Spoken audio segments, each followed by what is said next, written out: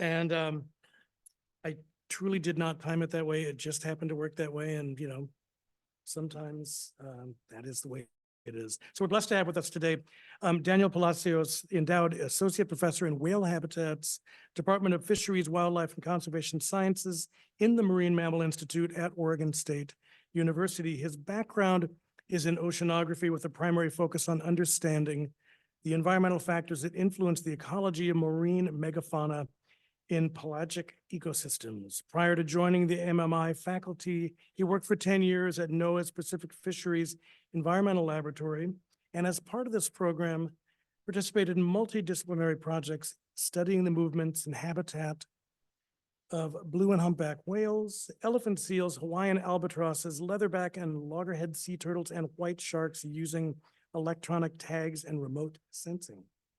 Pretty exciting stuff, and you're going to discover some great connections between this and the material that you read in the book on the High Seas Treaty, or otherwise known as the BBNJ. So big hand for Professor Palacios.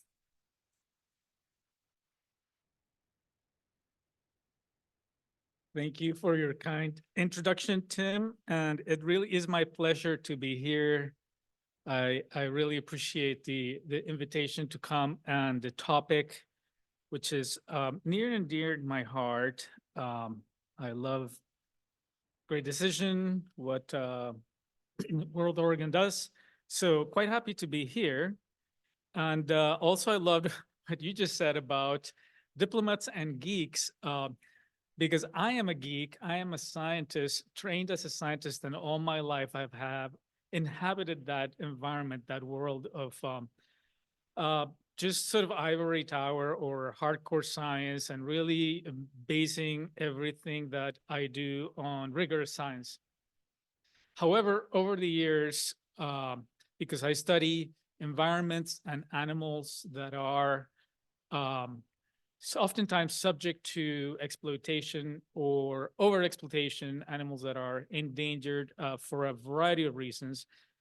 As a scientist, I feel that I have to speak up or get involved in things that are really not my arena, that have to border with management and policy and even diplomacy. So over the years, I have learned to appreciate and devote some of my work to making sure that the work I do has some impacts and some reach and some influence on how decisions are made, even though myself, I'm not involved in making those decisions or in even helping make them.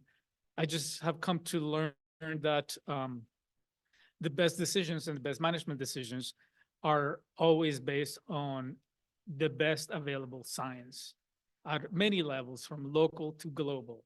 So I feel that it's a really privilege and a responsibility to assist as much as possible, even though I don't really get paid to do that. So obviously today, the theme of Great Decisions is the High Seas Treaty, and you read all about that. But I just wanted to highlight that aspect of the high seas, which are facing degradation of ecosystems due to climate change and human activity. So again, making that linkage that if it wasn't because of these threats and concerns that we have about the environment, I probably wouldn't be here talking to you.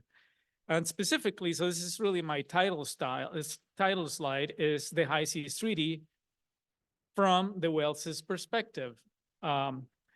Because that's really all I can talk about. I don't really have a lot of background or information about the broader efforts that are going on around the world regarding the High Seas Treaty, but it's appropriate to try to plug into such high-minded and important efforts to bring in something that hopefully can contribute to that. So I'm going to start by giving some background information about how whales are managed, because over the years, our contributions from science to whale management, especially, not uniquely, but mostly within U.S. waters, have gotten us there in terms of giving us an idea of how we can contribute to the ultimate, which is the high seas. It's the biggest, I would say it's the biggest challenge we have as humans, because these are all areas beyond national jurisdictions, which means it's no man's land. How do we manage something as humanity, as world countries together to do something? It's a huge challenge. So let's start locally of the west coast of the US. And this is an example of the dashed line there is the exclusive economic zone, which is basically the US jurisdiction inside on Pacific waters.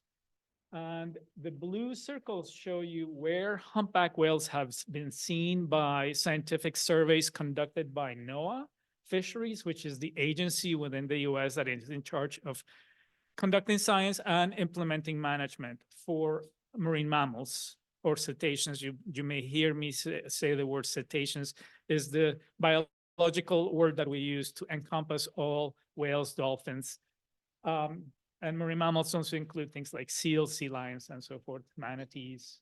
So yeah, in the US, NMFS, National Marine Fisheries Service, recognizes a single humpback whale stock. But we are also coming to understanding that these whales are actually coming from multiple destinations to feed off the West Coast in summertime. So because these areas where they come from are under different effects and impacts of human activities, it's important to start refining that knowledge and that sense that those whales should be managed differently, because some of those are considered endangered, some of them are threatened, and so forth. So it's not just a single whale population out there. It's extremely complex when it comes to who's coming from where to feed in US waters. So this is how humpback whales are currently managed as a single stock, although, as I said, we are already in the process of refining that and coming up with instruments that will help us refine that understanding and manage them accordingly. Another component of that is that back in 2014, the Endangered Species Act, which is a separate instrument of the US government, in the face of whale population recoveries globally, which is why we see this global map here, all those are 14 identified populations around the world. These are distinct populations of whales. And the ones in blue are the ones that are considered on their path to recovery. They're not recovered, but they are not at risk. And then you see the ones in yellow. There's actually just one here, which is threatened. And then there are 4 that are endangered. And you'll see that there's 2 of them, number 5 and number 6, which is number 5 is the threatened Mexican population, and number 6 is the endangered Central America population. Those will come to US coast waters. So drawing that linkage between the regional West Coast to more global, where are those whales coming from?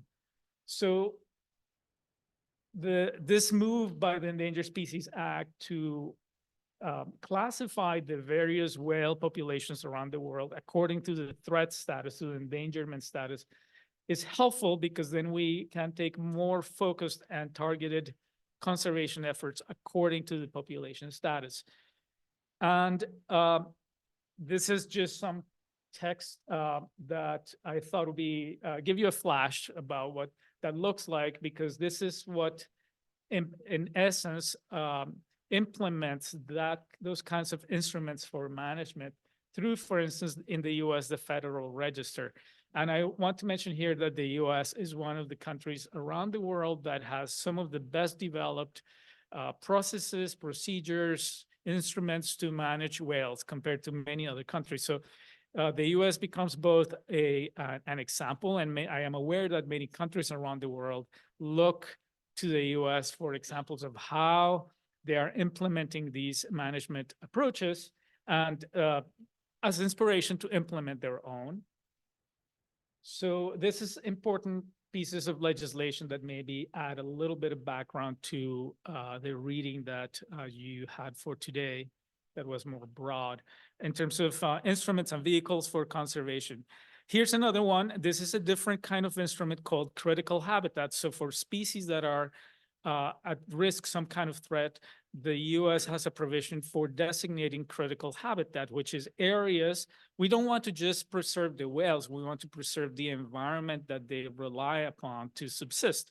So in this case, it's more about designating, and that's why you see that map. And it's hard to see, but there's a bunch of gray areas there that have been identified through rigorous biological and scientific review to determine how important they are for the whales along the US coast in that particular case, at the bottom, and then up here in the Gulf of Alaska or Alaska waters, which again is the US also has jurisdiction over, and you see Canada waters in between. Still, we are within US waters, so jurisdictional waters.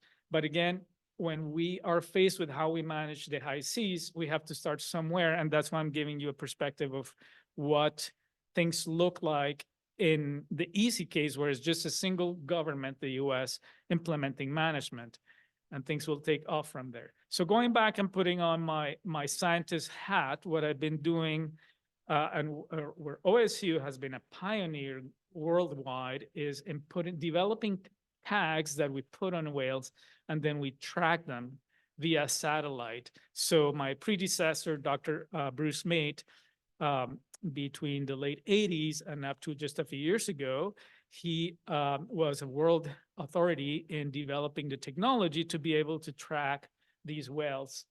And for the first time, we're able to see, these are places where we have tagged them, Hawaii and Mexico. We see where they go. We just had no idea. So just how vast their movements are around the North Pacific. And also gives you the idea that, yeah, these are different populations. They're doing different things. We also go up to in summertime, we go up to Alaska, California, and we tag them in those areas. So what you see now is their movements during the feeding season in summertime. And soon you will see, starting in late September, October, how they start their migration back to the breeding areas. So these animals are moving over vast distances. They are worldwide, they are the species that undertake the largest movements, the largest migrations around the world. So they are a flagship species for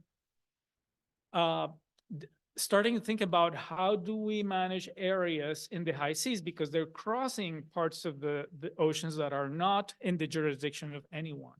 So while certain aspects of high seas management have to do with very local, let's say, coral reefs or things like that don't move, on the other end of the spectrum, we have whales that move vastly every year, all the time. They are undertaking these migrations. So they help us understand a little better how we can implement that. In this particular case, we're looking at an example of something that we learned through the use of satellite data, just like I showed you in this case, of the U.S. West Coast. And this is for blue whales, not for humpback whales, which is what the case I was showing you before. But similar to humpback whales, the blue whales come in the summertime and the fall to feed off the west coast of the US. And here you don't see the tracks of the whales that we tagged anymore, because what we can do with the tag data is generate derived products that are perhaps more informative than looking at every animal, how they move. So through the power of statistics and number crunching and spatial statistics, we can generate what we call a layer that essentially tells us areas that are more important for blue whales based on the animals that we have tagged of the US West Coast, which is denoted by the intensity of colors of how many animals are using a specific area. So what happens is that we have 2 or 3 areas of the West Coast that really stand up. They pop up as being the most important. here in the Channel Islands, Southern California area, then of San Francisco, Central California, and maybe here in Southern Oregon, Northern California a little bit. So this is from a study we published in 2014, and since then, it turns out that at least two of these areas, the one here in Southern California and then of Central California, happen to be located where major shipping takes place. These are the most important ports along the West Coast for shipping. So whales and ships really don't mix. Whales are not adapted to get out of the way of ships. Ships move very, very fast, and every year they're moving faster, faster, faster, faster. So the number of collisions are increasing. And it's a problem. We're starting to get a handle on that, but it requires a huge effort of the global community, because we like to have our Amazon products delivered next day, which means they're shipping across the North Pacific Ocean. The ships are coming from all across it, from Asia to the US, constantly back and forth. There's a constant parade of ships. And if they don't slow down, they will continue to kill whales. So going back a little bit to how we use the whale tracking data that we generate for purposes of management. And as I said, really, this is a little bit of a side thing for me.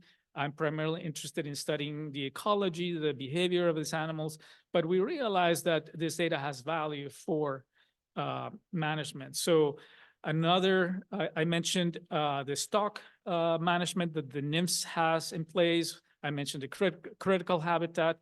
And another recent one, and this is fresh, hot off the press. This is a paper that was published last week for the purpose of identifying biologically important areas. So this gives you a sense of how we use rigorously collected data from satellite tracks, which is what you see here, from ship surveys and from ecological models to come up ultimately with this blue strip that you see here, which those models indicate are the priority zones for conservation of, in this particular case, is for humpback whales, again, of the West Coast. So a little bit similar, but not exactly the same as the critical habitat designation. This is the biologically important areas are primarily based on best available science. So they're actually updated every 5 years. So every 5 years, in the next 5 years, we'll go over the process again and update them as more information becomes available. Moving on to a more global scenario, the IUCN, the International Union for the Conservation of Nature, which is a global organization, has a task force for identifying important marine mammal areas. So in this particular case, it's a combination of best available science, knowing that in many parts of the world, we don't have the resources, the wealth to do the kind of research that we do in the US, but there's some information. So what the IMAS, the Important Marine Mammal Areas Task Force, is doing is going around the world and conducting more regional workshops with the local experts to identify areas that appear to be most important for marine mammals. So this gives you a sense of how we can identify regions in the ocean that otherwise are essentially featureless. We have no real easy way to identify that they may be important for certain species, but through that collective effort of identifying specific areas, we can identify areas that are clearly important for marine mammal areas, areas that we have some information that suggests that they are candidate for IMA designation. And then in blue are the AOIs, which is the areas of interest. So keep an eye for them. And then again, in future iterations, we may be able to uplist them to full IMAs, or maybe just say, well, actually, they are not that important. And lastly, I'm going to talk about ecologically or biologically significant marine areas, or EBSAs. So this is another international effort. And the reason I mentioned this here is because EPSIS, through this effort, we come up as a scientific community with objective criteria, not expecting to see, for you to read all of this here, but just to show the level of complexity or hierarchical decision-making that we can make to identify areas that deserve some protection.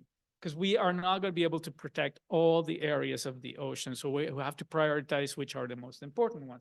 So the map here is an example of areas or EPSAs that have been identified following these objective process to identify areas in Africa, still within national jurisdictions, but nevertheless give us a sense of how this kind of thing would look like. So let's now go into the main topic of today's, which is the Global Oceans Treaty by the United Nations.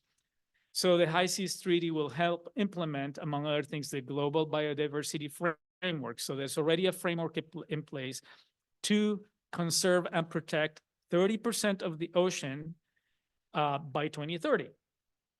So what you see here are areas in dark blue, are areas of the world ocean that are currently under some level of protection, even if they are what's called a paper park, in that sometimes entities will issue some level of protected designation, even though they may not have the capability to actually enforce appropriate management and avoid further degradation of environment. But this gives you a sense of how around the world we already have a patchwork of areas that have been at least officially identified as protected areas. And you can see that they only make up to 8%, and we're trying to get to 30% by 2030. So is this good or is this not enough? I don't know. But what I do know is that 30 is better than 8, and you have to start somewhere. And actually 30% is actually a pretty high bar. I'm not sure that we're going to get there. It requires a lot of will from the governments around the world to do this.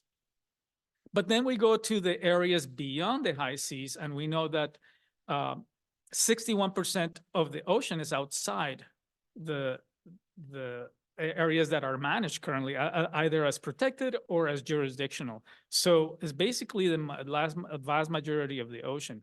And what do we do about that? Well, it's, as I mentioned from the beginning, it's a really, really difficult problem, but the treaty has goals such as establishing area-based management tools, and that's why I was showing you all those examples of tools that we already have developed.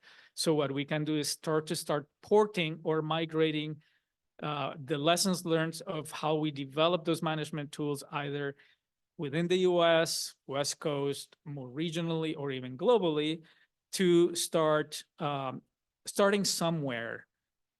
We also want to conduct environmental impact assessments for planned activities on the high seas. There's always more interest, more pressure to extract more minerals from the high seas. So we have to have a better handle on what are the environmental impacts. The management of marine genetic resources in the high seas is another area that's coming up. I'm not going to talk too much about that, other than genetics are pretty cool stuff. And lastly, capacity building and transfer of marine technology. This is, again, speaking to what I mentioned earlier, that there are developed nations that have Europe, the US, Australia, and so forth, Canada, that have the technology, the resources, the expertise, the knowledge to implement pretty good instruments for conservation, but it needs to be brought up around the world. So capacity building is huge in terms of ensuring that the appropriate people in other countries also absorb and adapt what has been done in other countries to their situation. So speaking specifically of why whales and why are we engaging in this? So whales and dolphins or cetaceans, it's about 92 species, different species of whales and dolphins around the world. And 30% of those are listed as threatened by the International Union for the Conservation of Nature. So that's a high proportion of those species. So what that tells us is that, so historically whaling or hunting ended decades ago or 40 years ago. And we have a sense that whale populations have slowly been recovering. So why are 30% of those species threatened? That's as a scientist, that's a hard pill to swallow for me, because my entire scientific career, I have been working under the situation where if we stopped hunting these animals, we should start seeing them recover, and we should be able to study them in more of their natural environment. But in reality, humans, postmodern commercial industrial development is bringing in all kinds of new threats that in a way are more insidious than hunting, because hunting is very targeted. You just target one specific animal and you extract it. When we're talking about the modern threats, we're talking about pollution, noise, shipping, all of those things. They are affecting everything. So yeah, these animals, what we're looking at is that all these species are still on a path to extinction. And as I said, that's a tough pill to swallow for me, because and that's why I do the reason I'm here, because I want to study these animals in a more natural situation. So obviously there's a sense of urgency. So as I was just saying, globally, we have the effects of climate change. So these areas in red are changing faster than the rest of the ocean, where basically they're warming up at a very high rate. We have pollution again, sources of pollution, plastic, chemical, noise from ships, from all the shipping. Fisheries, of course, the fishing pressure, the fishing technologies are always getting better at extracting more fish, which is the food for all these animals. So that also poses a problem. Offshore exploration, mineral extraction, that kind of thing. Shipping itself, this gives you an idea of the global shipping scenario, where essentially the darker red shows areas of very frequent transit by ships. So what you see is that the high seas are constantly being traversed by all these very large ships that at any given point could be coming into collision with whales. So there's all those threats that together combine to create that scenario of why all these species are under such threat. There are opportunities as well. So in addition to the High Seas Treaty and other more national management efforts by the relevant agencies like NOAA, the White House has recently issued guidance to better incorporate a concept that we know as ecological connectivity. And I'm going to talk about that a little bit more in a second. But the Marine Science Council, for instance, which is a global organization, is also which, by the way, they oversee some aspects of fishing. They are improving how whales are being protected. And lastly, these days, with robots and all kinds of remote technology and so forth, we have the ability to develop high-tech fishing gear. You know, up to this point, most fisheries still are relying on, let's say, last century technologies or approaches to fishing. But through smart uses of technology, we can actually start mitigating or minimizing or completely removing that interaction where whales and nets come into contact, which is basically what the situation is, that they become entangled in nets and then they drown. So through the implementation of modern technology that we already have available, it just takes a little will to engage with a number of stakeholders and fishers and so forth to start implementing this. So it's not an easy situation by any means, but we have the resources, and what it takes primarily is a lot of effort, for human effort to make it happen. So through the WWF, which is the Worldwide Fund, in the last few years, we about 65 scientists from around the world came together to generate this map, which is putting together the tracking data. So you may see already, I showed you some images from Hawaii and the North Pacific for the tracking data that Oregon State University has been involved in collecting for the last 40 years. We contributed that.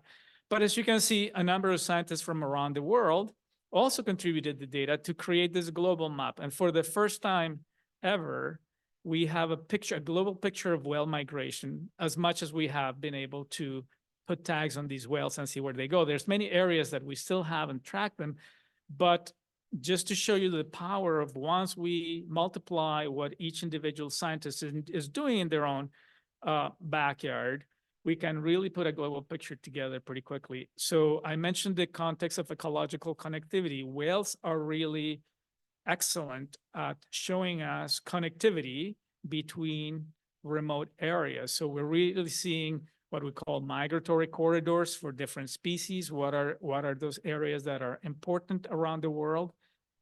Even in areas where ships don't go to conduct their scientific surveys because they may be outside of the, let's say Brazil is here, the national jurisdiction of Hawaii, of Brazil is 200 miles, which is really doesn't get you very far.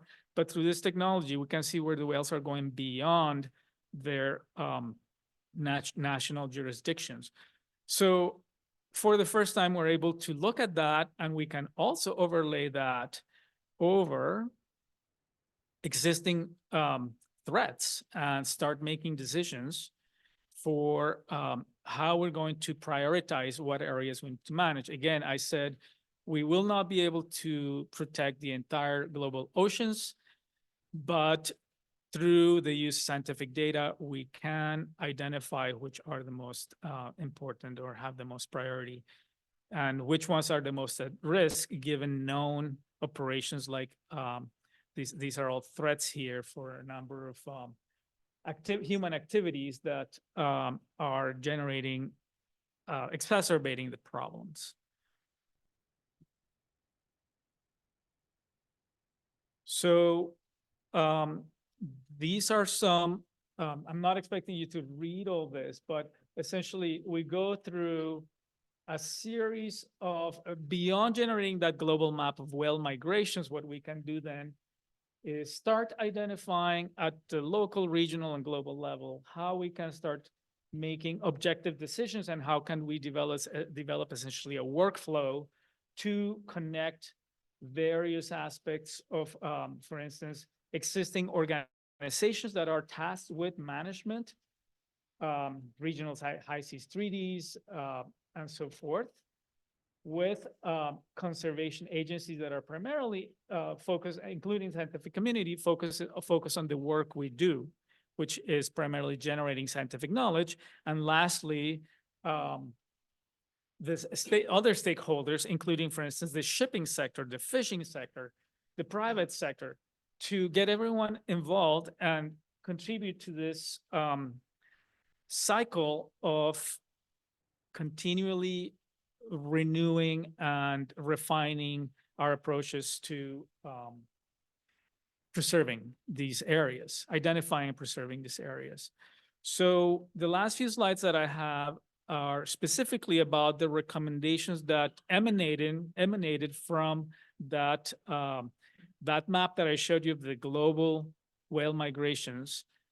Came together with a pretty big report that we generated for WWF, where which is called Protecting Blue Corridors. So the idea was to engage the United Nations, and we knew that the treaty, the High Seas Treaty, was coming up for deliberation. So we timed the release of this report with the annual meeting of the United Nations to discuss that.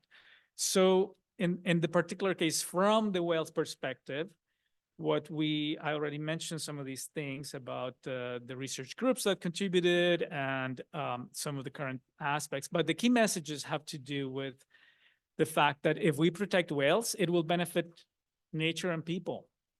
Big surprise, but some people don't get that. So it's important to get that message out pretty clear.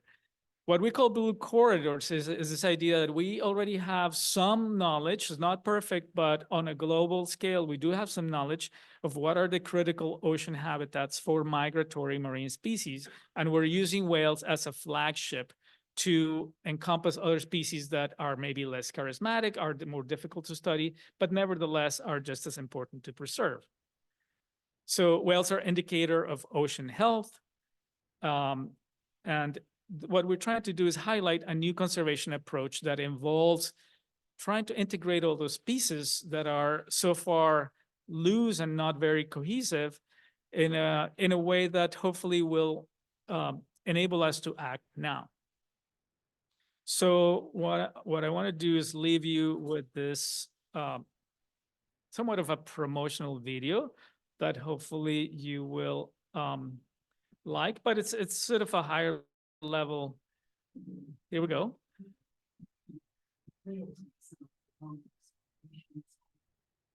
Swimming across oceans to feed, mate, and reproduce. These blue corridors are migration superhighways, critical for their survival. However, these journeys are becoming more dangerous to navigate, with growing threats from industrial fishing and ghost nets, ship strikes, underwater noise, plastic pollution, and climate change. Because of these dangers, some of our great whales, which have survived for millions of years, could go extinct within our lifetimes. Science shows whales help fertilize our ocean and fight climate change. Throughout its life, one whale captures the same amount of carbon as 1,000 trees. We are calling for a new conservation approach to protect whales in their critical habitats so they can thrive for years to come.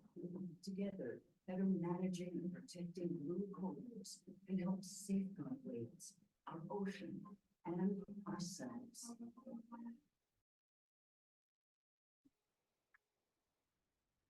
Yeah, thank you. So that's it in a nutshell. What can we do to get engaged in protecting the high seas? So thank you for being here. And yeah, we have time for questions, right? Yeah, thank you. I'm going to just start off and then George is next, because I have the mic. So this took about 20 years to get to this treaty, and we're looking at what, 60 or more countries that had to come together. And I'm wondering, I mean, it's not just countries, but it is probably sectors of industry. And I'm just thinking about this. What was kind of a two-part question? Was there pushback from the International Whaling Commission, for instance, on the High Seas Treaty? And I'm looking at the fossil fuel industries, which have really been advocating for more and more drilling. So there's those two pieces there. But we've also seen in recent years countries like our own pulling out of international agreements. And could the US or other countries step away from this, and would that endanger the position of this going forward? Yeah, thank you for that question. I'll start by saying that the treaty, the next step is that it needs to be ratified. So in the best case scenario that it's ratified, we're still not out of danger, because things like what you mentioned could still happen, that different countries pull out, public perception, national interest change, and that ultimately has an impact on policy.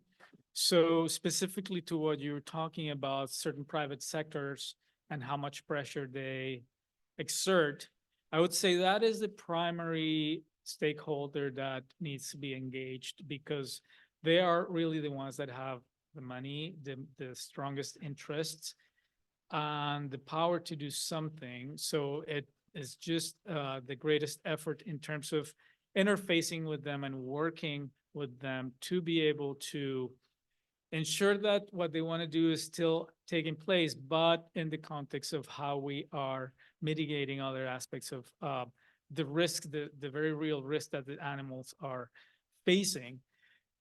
To your question about the International Whaling Commission, that's almost a separate presentation.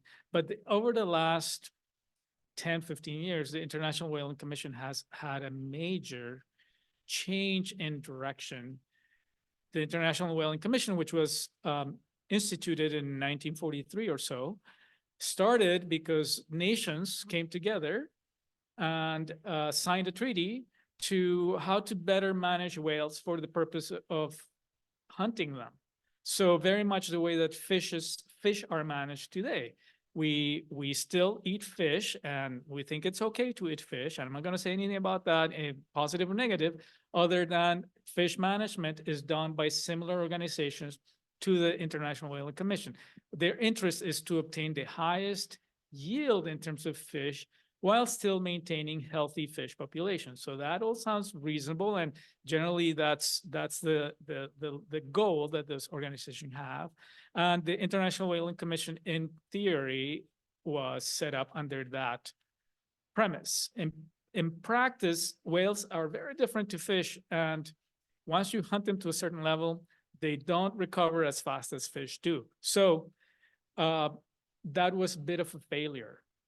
But nevertheless, through a lot of pressure and a lot of changes in human consumption of whales and changing public views of how we view whales and the fact that we care about them and we ideally want to see them thriving, the International Whaling Commission has gone from being a pro-whaling for the most part, or in charge of whaling organization, to now it's a conservation organization. So in fact, we're working with them to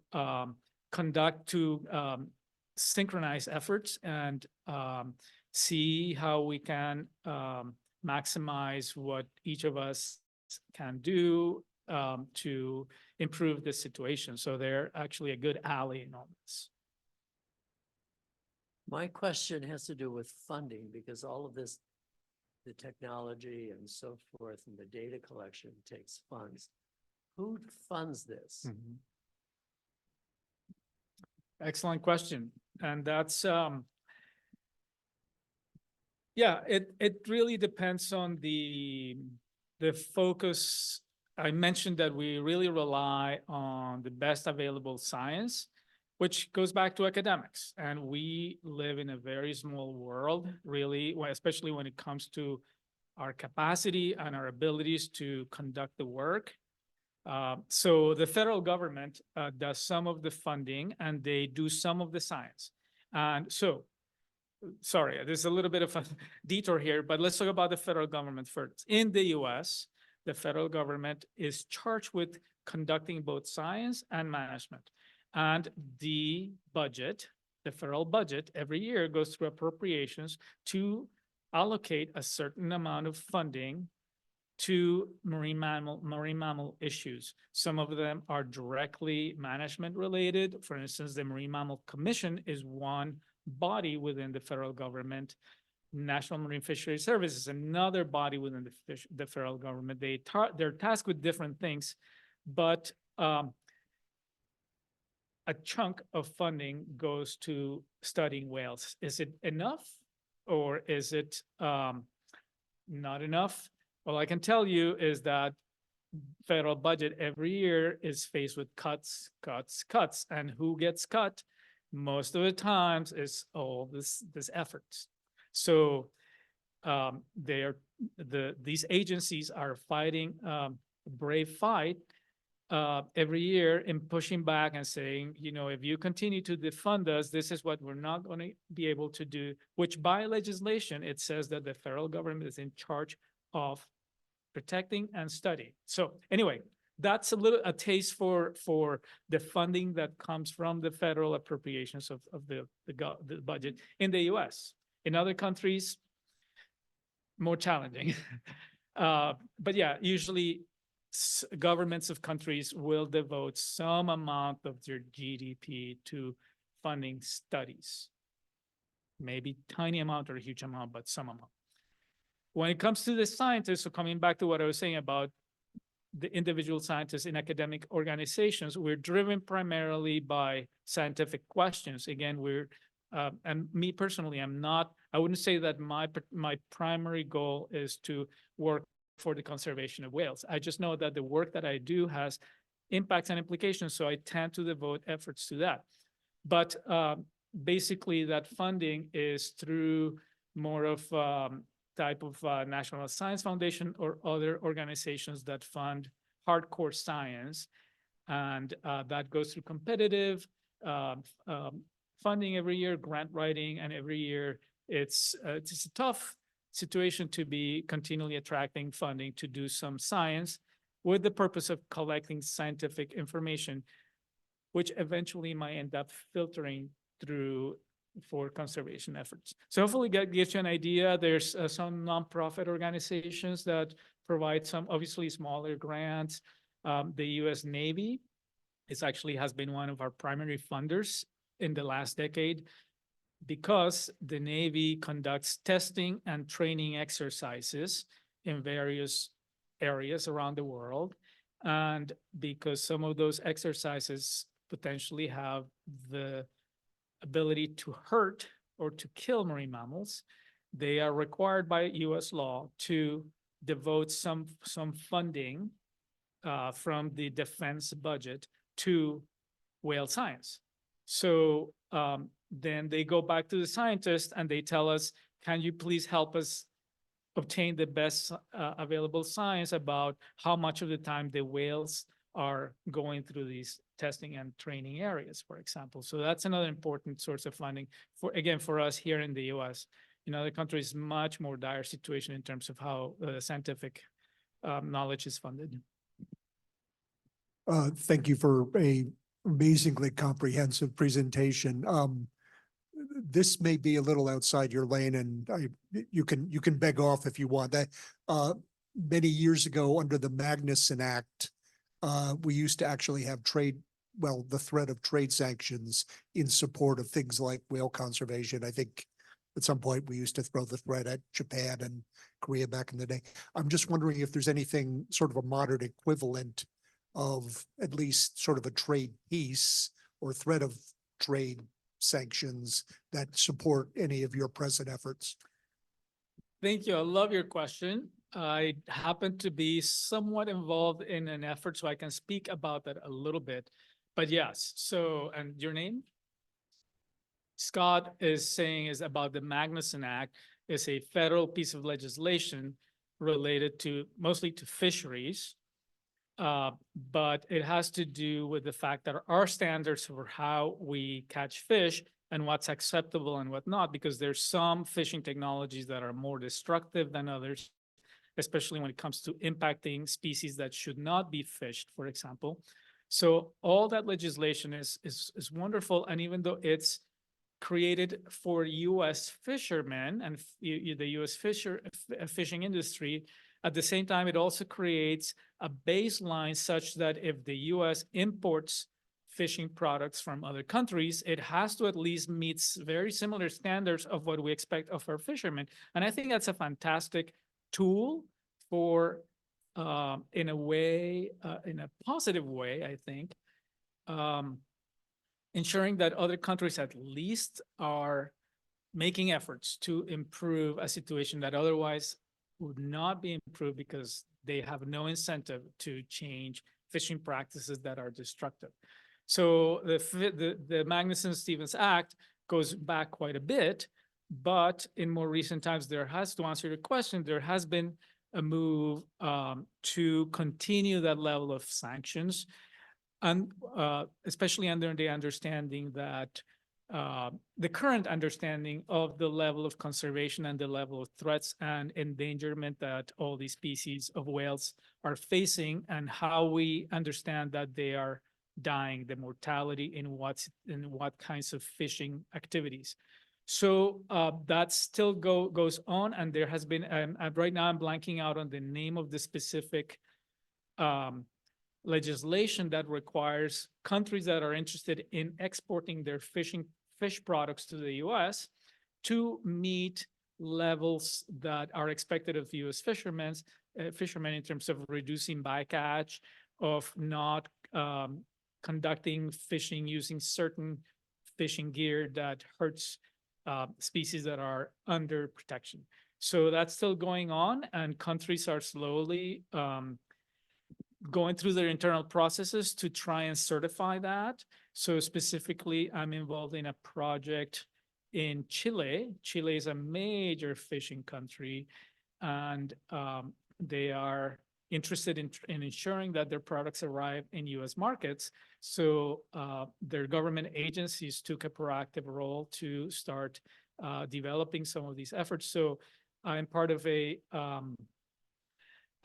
group, a team of scientists that are assisting with that through something like what I showed today for US waters, but basically assembling data, scientific data for species in Chile, and how we can take that scientific data to, I also mentioned the term layers. So products or layers that once we have the raw data, we transform it into layers that can be more readily used in management. And that's what we're doing. The project is in its last year.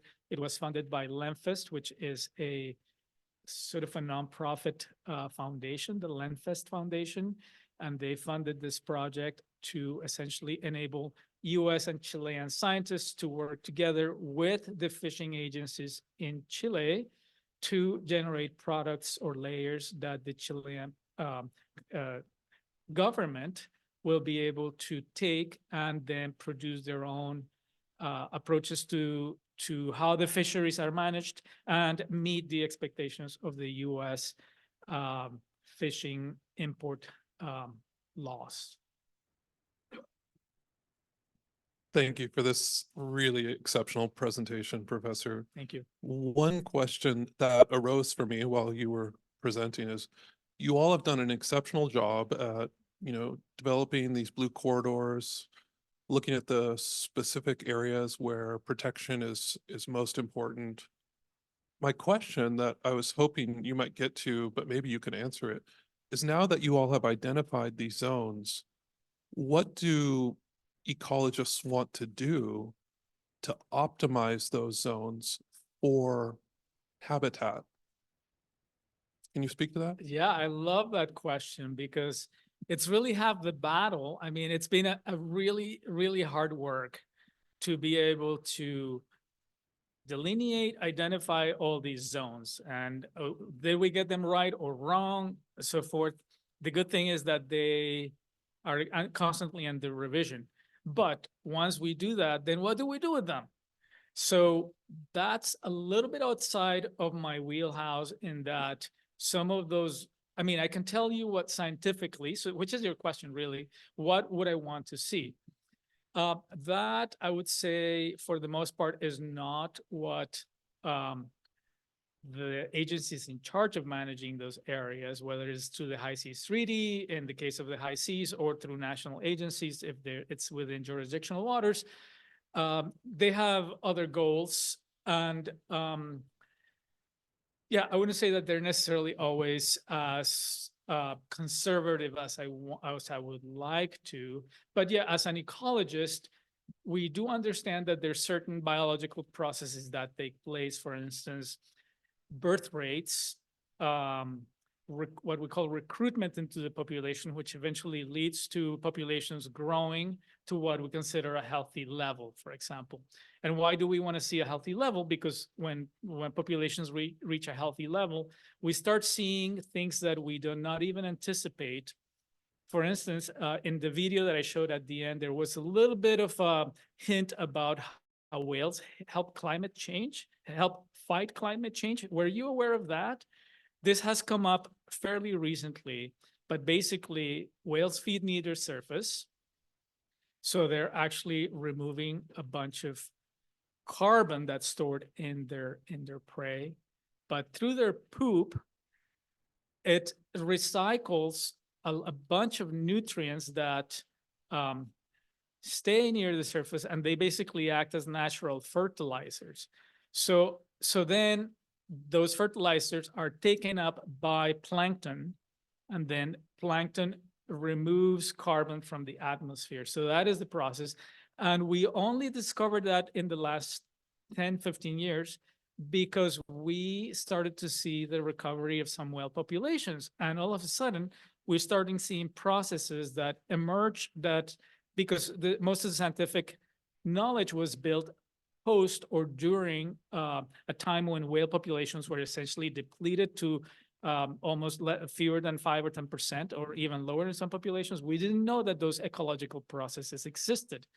What we're seeing now along those lines is that some populations that are starting to recover form these huge megapods or whale supergroups that, again, we had no idea. And maybe 5 years ago or something, we started seeing those megapods, those huge groups of whales that come together and start performing all these incredible behaviors that no scientist had ever seen. Why? Because there were never that number of whales together to perform these kind of natural behaviors that we don't see. So that's just an example of the magnificence of nature that is awe-inspiring and really cool to study. So as a scientist, I'm very privileged that I get to study those behaviors, but I think even as a member of the general public, anybody will be awed by seeing some of those incredible behaviors that we see natural populations performing.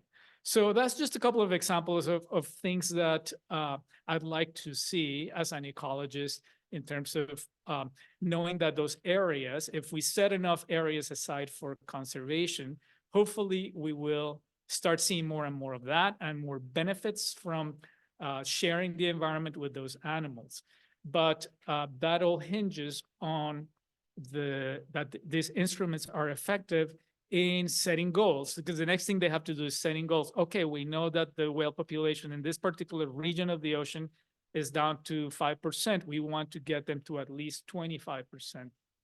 So those are decisions that have to be arrived by managers. I really don't have much ability to influence those decisions other than providing the best available science of saying this is where we think the whale population is at the moment. And we do know that they require at least this minimum to continue to recover.